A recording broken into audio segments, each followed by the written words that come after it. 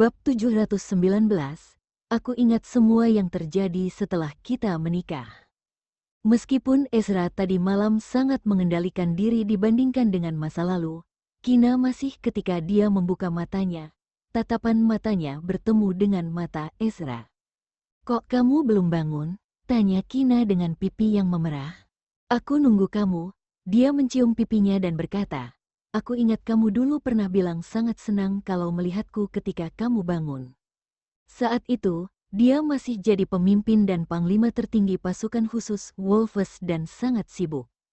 Setelah Ezra menyiksanya di malam hari, keesokan harinya Kina tidak bisa bangun pagi untuk sarapan dengannya. Terkadang pada siang hari, saat Ezra pulang dari kerja, dia akan membangunkannya untuk makan siang. "Kamu masih ingat ya?" Mata Kina memerah dan mendekatkan dirinya ke dalam pelukannya. "Aku ingat setiap hal yang terjadi setelah kita menikah." Dia menatap Kina yang ada di pelukannya dan tatapannya semakin lembut. Kalau melihat masa lalu, cukup mengejutkan karena mereka sudah menikah selama hampir 7 tahun. Tapi Ezra selalu merasa bahwa mereka belum lama menikah. Mungkin itu ada kaitannya dengan fakta bahwa dia telah melupakan ingatan selama beberapa tahun terakhir. Memikirkan hal ini, Ezra semakin memeluk erat orang yang ada di pelukannya. Fakta bahwa Kina bisa kembali padanya sudah jelas merupakan anugerah terbesar dari Tuhan. Keduanya lelah dan berada di tempat tidur sejenak sebelum bangun dan mandi, lalu berpakaian rapi dan turun untuk makan. Di ruang keluarga lantai bawah, setelah Kina selesai makan, dia bersandar di sofa dengan malas bersama Ezra. "Ezra, sebelumnya ibu kasih tahu aku tentang niat untuk beli rumah. Pagi ini Kevin kirim chat ke aku, bilang kalau dia suka dengan rumah itu, kompleknya bukan yang baru berkembang, tapi sudah hampir 10 tahun. Kebanyakan warganya sudah paruh baya dan lansia, lingkungan geografisnya juga bagus. Kebetulan orang tua kita juga semakin tua." Dia berkata pada pria di sampingnya, "Aku merasa bisa membelikannya, tapi aku takut itu akan merendahkan Kevin atau tidak." Ibunya baru mengatakan kemarin tentang membeli rumah. Kevin bilang bahwa dia suka tentang rumah ini dan telah melakukan semuanya dengan cepat dan tegas. Ezra menganalisis dan berkata, "Menurutku Kevin bukan tipe orang yang mau jadi sempurna." Kevin senang dengan ketenangan. Ada banyak orang paruh baya dan lansia di komplek itu, suasananya juga akan lebih tenang. Orang paruh baya dan lansia tidur dan bangun lebih awal. Mereka tidak akan berisik seperti anak muda yang senang bepergian sampai tengah malam. Cocok kok dengan sifatnya yang pendiam itu. Lagi pula ada banyak orang paruh baya dan lansia.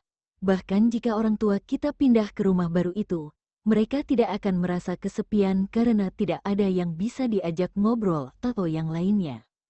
Yah, itu pilihan yang baik untuk mereka. Meskipun dia berkata begitu, Kina tahu bahwa kakaknya Kevin lebih memprioritaskan orang tua mereka. Kalau hanya Kevin seorang diri, dia pasti akan membeli sebuah villa di lokasi yang tidak begitu diinginkan orang lain. Maka tidak ada yang akan mengganggunya saat melakukan eksperimen atau membaca buku sepanjang pagi dan sore. "Aku akan tanya pada Kevin kapan harus lihat rumahnya. Jika minggu ini, kita juga harus pergi untuk melihatnya," kata Kina, lalu mengirim WeChat pada Kevin. Setelah beberapa menit, Kevin membalas chatnya dan bilang bahwa dia akan menunggu Albert kembali dari kota Gungnir, lalu melihat rumah itu bersama dan dia juga bilang akan makan malam dengan orang tuanya. Kemudian Kevin juga mengatakan hal lain, bilang bahwa dia dengar dari ibunya kalau kakek mereka sepertinya sudah tahu tentangnya dan mungkin akan datang pada siang hari. "Ezra, ayo kita pergi ke rumah orang tua kita untuk makan siang." Kevin bilang bahwa kakek mungkin akan pergi ke sana saat siang hari. "Aku tidak tahu kakek tahu informasi itu dari mana, tapi sepertinya dia sudah tahu tentang Kevin," kata Kina kepada pria di sampingnya, "mungkin dari foto yang kamu posting tadi malam." Ezra asal menebak, kalau kamu tidak blokir kakekmu, dia pasti akan ragu ketika melihat postinganmu itu. Lalu menelepon orang tua kita dan bertanya apa yang terjadi. Hal ini tidak bisa disembunyikan untuk sementara, karena orang tua kita mungkin akan bilang yang sebenarnya. Oh, Kina menjawab dengan sedikit lemas. Ia melihat ke akun WeChat-nya setelah login, melihat kalau semua teman-temannya adalah anggota keluarga. Dan saat memposting foto itu semalam, dia bahkan tidak berpikir untuk memblokir kakeknya. Ayo pergi, aku akan menemanimu. Ezra berdiri dari sofa, mengulurkan tangan ke arahnya dan menariknya yang lemas untuk berdiri. Setelah berpamitan pada kepala pelan, mereka pun pergi. Kaki Ibu Kina yang terkilir, sudah membaik sekitar 7 atau 80%, dan sekarang sedang memasak makan siang di dapur saat ini. Kina baru saja telepon dan bilang kalau dia dan Ezra juga akan datang untuk makan siang. Ayah Kina berjalan ke dapur dan berkata pada istrinya, "Di mana Clayton?" Ibunya bertanya dengan santai ketika tidak mendengar cucu kecilnya disebut. Kina bilang Clayton pergi dengan pengawalnya ke kota Gungnir pagi ini dan berkata dia mau ketemu Dea untuk main. Jawab ayah Kina menjelaskan. Ibu Kina berkata dengan tidak setuju, emangnya Clayton udah umur berapa? Kok bisa Kina mengizinkan anak kecil seperti dia pergi ke kota Gungnir sendirian? Kalau Clayton mau pergi ke kota Gungnir, dia bisa tunggu sampai paman ketiganya kembali akhir pekan ini dan pergi bersama di hari Minggu, kan tidak terlalu lama. Terakhir kali Clayton dan Dea diculik oleh Tias, ibunya masih sedikit takut ketika memikirkannya. Meskipun Tias telah diberi hukuman, ada begitu banyak orang jahat di luar dan cucu kecilnya itu sangat tampan. Bohong kalau dia bilang tidak merasa khawatir. Ada 2 pengawal yang menemaninya. Pengawal itu dipilih secara pribadi oleh Ezra. Memangnya apa yang akan terjadi? Ayah Kina mau tak mau berbicara mewakili putrinya. Ibunya masih ingin mengatakan sesuatu ketika dia mendengar pintu bel berbunyi. Dia buru-buru mendesak suaminya, pergi dan buka pintu. Sepertinya Kevin sudah sampai. Ayah Kina keluar dari dapur dan pergi untuk buka pintu. Saat melihat ayahnya berdiri di luar pintu, senyum di wajah ayah Kina sedikit memudar, tapi dia masih mengundang Tetua Libra untuk masuk. Tetua Libra berjalan ke ruang tamu dengan pelayan pribadinya, matanya sudah agak buram, tapi dia mengamati sekeliling rumah dengan tatapan tajam. Kamu mau mengadopsi Kevin sebagai anak angkatmu? Kebetulan tetua melihat postingan Kina dan melihat Kina memanggilnya, kakakku, jadi dia mengira putranya dan menantunya sudah mengangkat Kevin sebagai anak angkatnya. Lalu tetua menelepon untuk bertanya, tapi putranya tergagap di telepon dan tidak memberikan jawaban yang jelas. Akhirnya tetua datang ke rumah mereka sendiri untuk meminta jawaban yang jelas. Tidak. Ayah Kina membantah dengan nada dingin.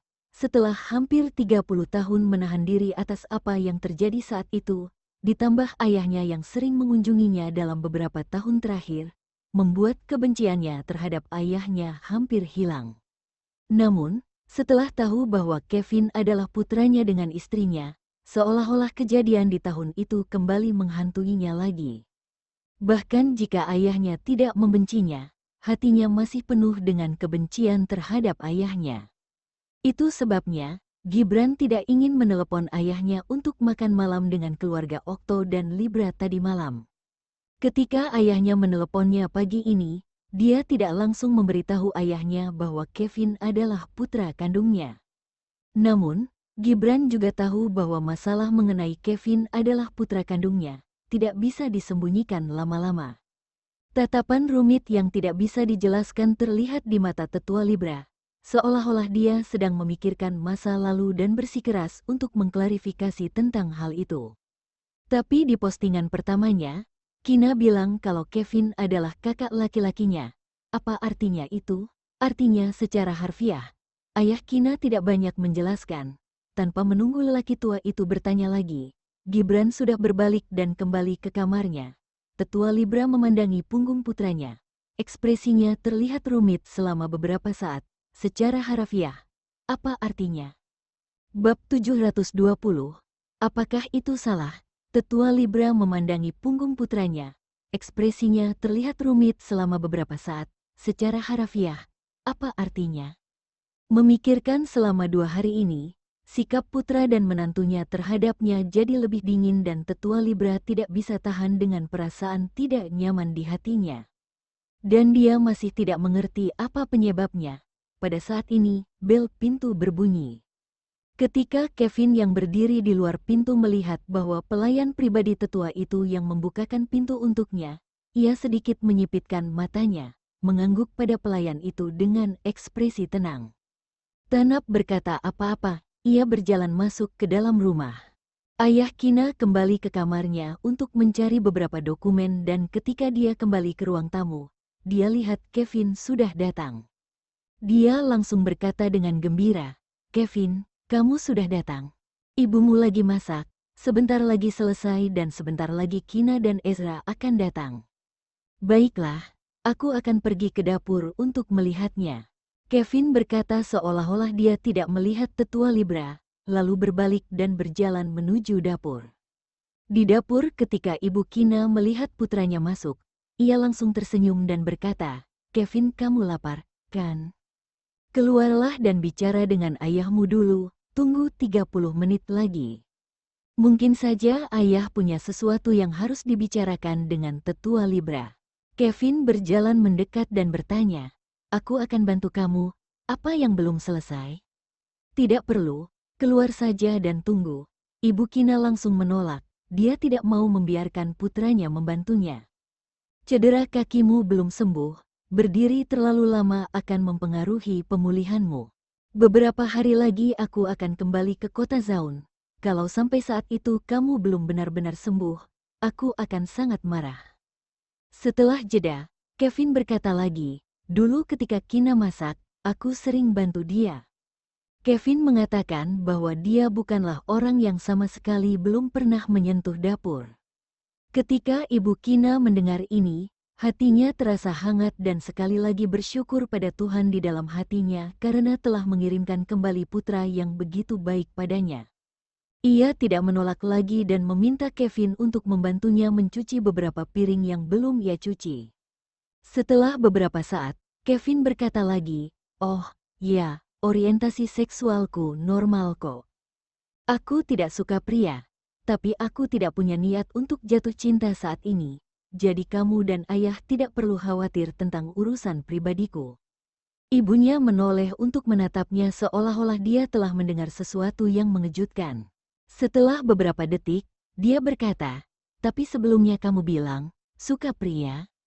Sejak tahu Kevin adalah putranya, Ibu Kina terus memikirkan hal itu hampir semalaman sebelum akhirnya menerima kenyataan bahwa putranya gay.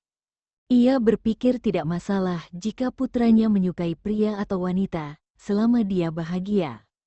"Aku hanya mau menolak bantuanmu untuk mengenalkan seseorang padaku dengan sopan, jadi aku bilang gitu." "Aku tidak tahu kamu sangat antusias." Kevin masih bersikap biasa, tidak merasa malu atau tidak nyaman. "Pokoknya, kamu dan ayah tidak perlu mengurusi apakah aku punya pacar atau tidak. Bahkan kalau aku tidak menikah dan punya istri selama sisa hidupku, maka Clayton dengan senang hati akan merawatku di masa tuaku nanti." "Baiklah, aku tidak akan peduli tentang itu di masa depan." Jawab ibunya ragu-ragu dan akhirnya setuju. Ia memikirkan tentang hal ini dan telah melihat banyak berita di internet sebelumnya. Karena orang tuanya yang memaksa untuk menikah dan tidak sesuai keinginannya, membuat mereka jadi tidak bahagia setelah menikah dan beberapa orang tua yang tidak tahan akhirnya bunuh diri karena sudah terlalu memaksa anaknya untuk menikah. Putranya Kevin baru saja kembali pada mereka.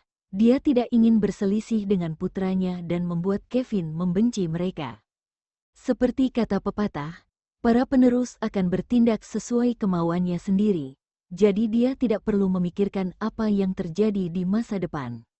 Di ruang tamu setelah membaca tes DNA yang diberikan oleh putranya, tetua Libra melihat bahwa putra dan menantunya adalah ayah dan ibu dari Kevin. Air mata menggenang di matanya dan tangannya gemetar saat melihat hasil tes DNA itu. Pikirannya menjadi kosong dan tidak bisa berpikir. mulutnya terbuka, tapi ia tidak bisa bicara untuk waktu yang lama. Saat pelayan pribadi itu melihat tuannya begitu emosional dan berpikir bahwa tetua itu baru saja keluar dari rumah sakit, ia takut akan terjadi sesuatu jika dia terlalu emosional. Dengan perasaan takut akan resiko dimarahi, dia membungkuk dan menepuk bahu tuannya dan berbisik, "Tuan." "Hah?" Tetua Libra menjawab dengan agak bingung dan kemudian kembali sadar, lalu bertanya dengan suara gemetar. "Gibran, maksudmu Kevin adalah Malfoy, ya?" Gibran menjawab dengan suara keras, singkat dan padat. La mengatakan bahwa tes DNA itu dilakukan oleh Ezra dan tidak ada kemungkinan dipalsukan. Akhirnya berkata, "Tapi aku tidak akan membiarkan Kevin kembali ke rumah keluarga Libra." "Kamu jangan pernah berpikir untuk kasih barang-barang dari keluarga Libra. Keluarga kami tidak butuh itu dan aku tidak mau kehilangan Kevin lagi." Gibran mengatakan ini dengan perasaan dendam. Pada awalnya, jika ayahnya tidak memaksa untuk memberikan saham grup Libra pada Kina, Kina tidak akan disakiti oleh Tias berkali-kali. Bahkan jika Lucinta menganggap Kina sebagai musuh, jika bukan karena bantuan Tias, mungkin Kina tidak akan terpisah dari Ezra dan Clayton selama bertahun-tahun. Sekarang Lucinta sudah lama mati, Tias dan Brion juga sudah mendapatkan hukuman yang pantas mereka terima. Tapi Gibran tidak lupa kalau Fajar adalah orang yang telah merencanakan untuk mencelakakan putranya. Sekarang kaki Fajar hanya lumpuh dan masih jadi pimpinan grup Libra. Dia tidak ingin Fajar membuat rencana lagi untuk berurusan dengan keluarganya. Tetua Libra terdiam selama beberapa saat. Dia tahu bahwa jika saat itu dia tidak melindungi putra bungsunya, dia tidak akan membuat Gibran terpaksa memutuskan hubungan dengannya dan menghilang selama lebih dari 20 tahun. "Lalu, Kina juga sudah bicara denganku. Saham yang kamu kasih ke Kina beberapa tahun lalu, dia akan cari waktu untuk mengembalikan saham itu padamu." Seolah takut ayahnya akan menolak, Gibran berkata lagi, "Kina tidak mau mengambil saham itu. Setiap hari dia ketakutan dan takut kalau suatu hari Fajar akan menyakitinya atau Clayton. Kalau kamu benar-benar ingin menebus apa yang terjadi di masa lalu, ambil kembali sahamnya dan jangan beri masalah pada kami." Memberi masalah pada mereka?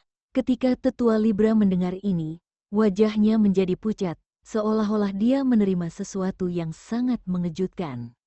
Dia tidak tahu bagaimana harus menebus kesalahan pada putra sulungnya. Dia juga melihat bahwa finansial putra sulungnya ini biasa-biasa saja, jadi dia ingin mendukung finansialnya. Tapi pada akhirnya, itu ternyata memberikan masalah bagi mereka. Dia hanya ingin menebus kesalahannya. Apakah dia salah telah melakukan itu? Untuk beberapa saat, suasananya menjadi sangat canggung. Pada dasarnya segala sesuatu yang harus dikatakan, sudah dikatakan dan Gibran tidak mengatakan hal-hal yang menyakitkan lagi. Setelah beberapa saat, Tetua Libra menjawabnya dengan nada sedih, "Baiklah." Setelah berbicara, dia berdiri dari sofa. Saat melihat ayahnya berbalik dan berencana untuk pergi, Gibran bertanya, "Kamu tidak mau makan dulu sebelum pergi?" Keraguan terlintas di wajah Tetua Libra, tapi akhirnya dia menolak. "Tidak, aku datang cuma mau tanya apa yang terjadi." Setelah mendengar itu, Gibran tidak menahannya dan berjalan, mau membukakan pintu untuk ayahnya. Kina dan Ezra baru saja sampai di depan pintu dan saat mereka melihat pintu terbuka dan kakeknya berjalan keluar bersama pelayan pribadinya. "Kakek, kamu tidak makan siang dulu sebelum pergi?" Kina bertanya sambil tersenyum tipis.